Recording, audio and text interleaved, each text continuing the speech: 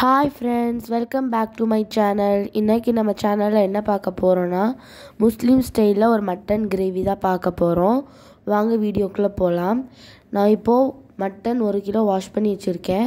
1/2 cup தயிர், 2 வெங்காயம், 3 தக்காளி, அப்புறம் 3 பச்சை மிளகா, புதினா, கொத்தமல்லி, அப்புறம் தேவையான அளவு எண்ணெய், அப்புறமா இஞ்சி பூண்டு பேஸ்ட்டு.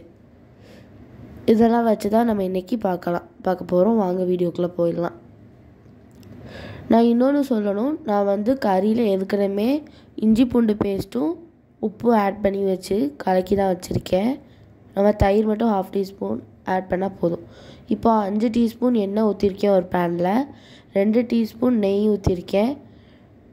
4 ஏலக்காய் போட்டிருக்கேன். 4 கிராம்பு போட்டுக்கலாம். இது ரொம்ப டேஸ்ட்டாக இருக்கும். அப்புறமா பட்டை 1/2 பிஞ்சு போட்டுக்கலாம். அப்புறமா அன்னாசி பூ இருக்கு இல்லையா, அதில் கொஞ்சமாக போட்டுக்கலாம். அதில் ஒரு இதழ் மட்டும் பிரிச்சாப்பில் போட்டுக்கலாம். அப்புறமா மராத்தி மொக்குன்னு சொல்லுவாங்க, அது ஒன்று சேர்த்து வதக்கி விட்டுக்கலாம். இது ரொம்ப டேஸ்ட்டாக இருக்கும். கண்டிப்பாக உங்கள் ஃப்ரெண்டுகளுக்கெல்லாம் ஷேர் பண்ணி விடுங்க. இப்போது நம்ம கட் பண்ணி வச்சுருந்த ஆனியனையும் சேர்த்து நல்லா ப்ரௌனிஷாக ஃப்ரை பண்ணி எடுத்துக்கலாம். இது நல்லா ப்ரௌனிஷாக வந்ததுக்கப்புறமா அடுத்து என்ன பண்ணணும்னு நான் சொல்கிறேன்.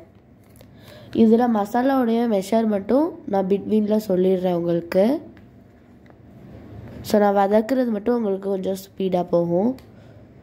இப்போ நான் சொன்ன மாதிரியே இஞ்சி பூண்டு பேஸ்ட்டு உப்பு போட்டு மிக்ஸ் பண்ணி வச்சுருந்த 1 kg மட்டனில் இப்போது 2 கை அளவு, அதாவது ஒரு கையாக 2 கை அளவு தயிர் சேர்த்து கலக்கிக்கலாம்.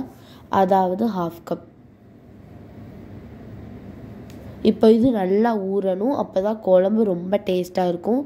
எந்த அளவுக்கு நம்ம கறியை ஊற விடுறோமோ அந்த அளவுக்கு குழம்பு ரொம்ப டேஸ்ட்டாக இருக்கும். அதே மாதிரி சாஃப்டாகவும் உங்களுக்கு பிஞ்சியாக வரும். இப்போது நல்லா ப்ரௌனிஷாக வதங்கி வந்த வெங்காயத்தில் 1 டேபிள் ஸ்பூன் இஞ்சி பூண்டு பேஸ்ட்டு போட்டு நல்லா வதக்கி எடுத்துக்கலாம். இது இப்போ ரொம்ப நல்லா ப்ரௌனிஷாக வந்துருச்சு. இப்போ நம்ம 3 தக்காளியையும் சேர்த்து நல்லா வதக்கி எடுத்துக்கலாம். இப்போ 3 பச்சை மிளகா, புதினா, கொத்தமல்லி, இது 3ஐயும் நல்லா ப்ரௌனிஷாக வதக்கி எடுத்துக்கலாம். நம்ம பச்சை மிளகாவை கட் பண்ணி போடணுங்கிற அவசியம் இல்லை, நீங்கள் முழுசாகவே சேர்த்துக்கலாம். ஸோ தக்காளி நல்லா வதங்கி வரணும், அதோடய ஜூஸ் ஃபுல்லாக அந்த இதில் இறங்கணும். அப்போ தான் ரொம்ப டேஸ்ட்டாக இருக்கும். நீங்கள் தண்ணியாகவும் வைக்கலாம், திக்காகவும் வைக்கலாம். இப்போ இது நல்லா ப்ரௌனிஷாக வதங்கி வந்துருச்சு. இது பிடிச்சிருச்சு நீங்கள் யாரும் நினைக்க வேணாம், அது அப்படி தான் இருக்கும். தால்ச்சாவும் மஞ்சள் சோறு பக்கத்துலேயே ரெடி ஆகுது. உங்களுக்கு தால்ச்சாவுடைய அப்டேட் வேணும் அப்படின்னா நீங்கள் கீழே கமெண்ட்ஸில் சொல்லுங்கள், கண்டிப்பாக போடலாம். ஸோ இது நல்லா வதங்கி வந்துருச்சு. நமக்கு ஸ்மெல் வரும்போதே நமக்கு தெரிய ஆரம்பிச்சிடும். இப்போ மிளகாத்தூள் 1 டேபிள் ஸ்பூன், மல்லித்தூள் 2 டேபிள் ஸ்பூன், மஞ்சத்தூள் 1/2 டீஸ்பூன், பெப்பர் 1/2 டீஸ்பூன், கறி masala 1 table spoon, garam masala 1 table spoon. இப்போ இது எல்லாத்தையும் சேர்த்து நல்லா வதக்கிக்கலாம். நான் என்னென்ன மசாலா போடுறேனோ அதை அவங்களுக்கு ஆர்டராக சொல்லலை. நான் சொன்ன மாதிரியே நீங்கள் ஆர்டராக போடலாம், இல்லாட்டி நான் போட்டுட்ருக்க மாதிரியே நீங்கள் போட்டுக்கலாம். நான் இப்போ போடுறது ஆர்டராக உங்களுக்கு சொல்லலை, நானாக தான் வாசித்து சொல்கிறேன்.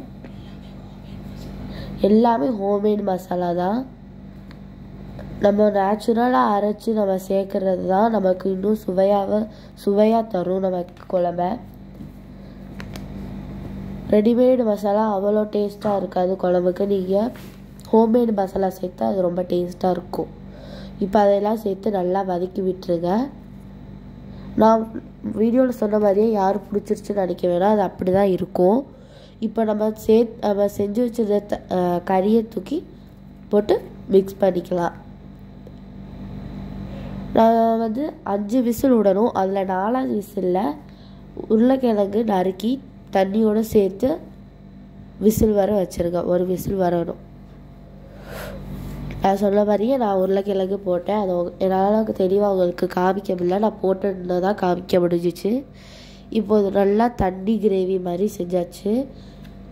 இப்போ சிம்மில் வச்சு லைட்டாக பிடிக்க விட்டு எடுத்துக்கலாம், வத்த விட்டுக்கலாம். இப்போ உங்களுக்கே தெரியும் எவ்வளோ சூப்பராக வந்திருக்குன்னு, நல்லா ஃப்ளஃபியாக வந்துருச்சு. எங்கள் வீட்டில் எல்லாத்துக்குமே மட்டன் பிடிக்குங்கிறதுனால இந்த ஃப்ரைடே எங்களுக்கு மட்டனோட முடிஞ்சிருச்சு. இப்போ உருளைக்கிழங்கெல்லாம் சேர்த்து நாங்கள் டேஸ்ட்டாக செஞ்சு ஒரு பவுலுக்கு ட்ரான்ஸ்ஃபர் பண்ணியாச்சு. இந்த வீடியோ உங்களுக்கு பிடிச்சதா லைக் பண்ணுங்கள், ஷேர் பண்ணுங்கள், மறக்காமல் சப்ஸ்கிரைப் பண்ணிட்டு பக்கத்தில் உள்ள பெல் ஐக்கானை கிளிக் பண்ணிக்கோங்க.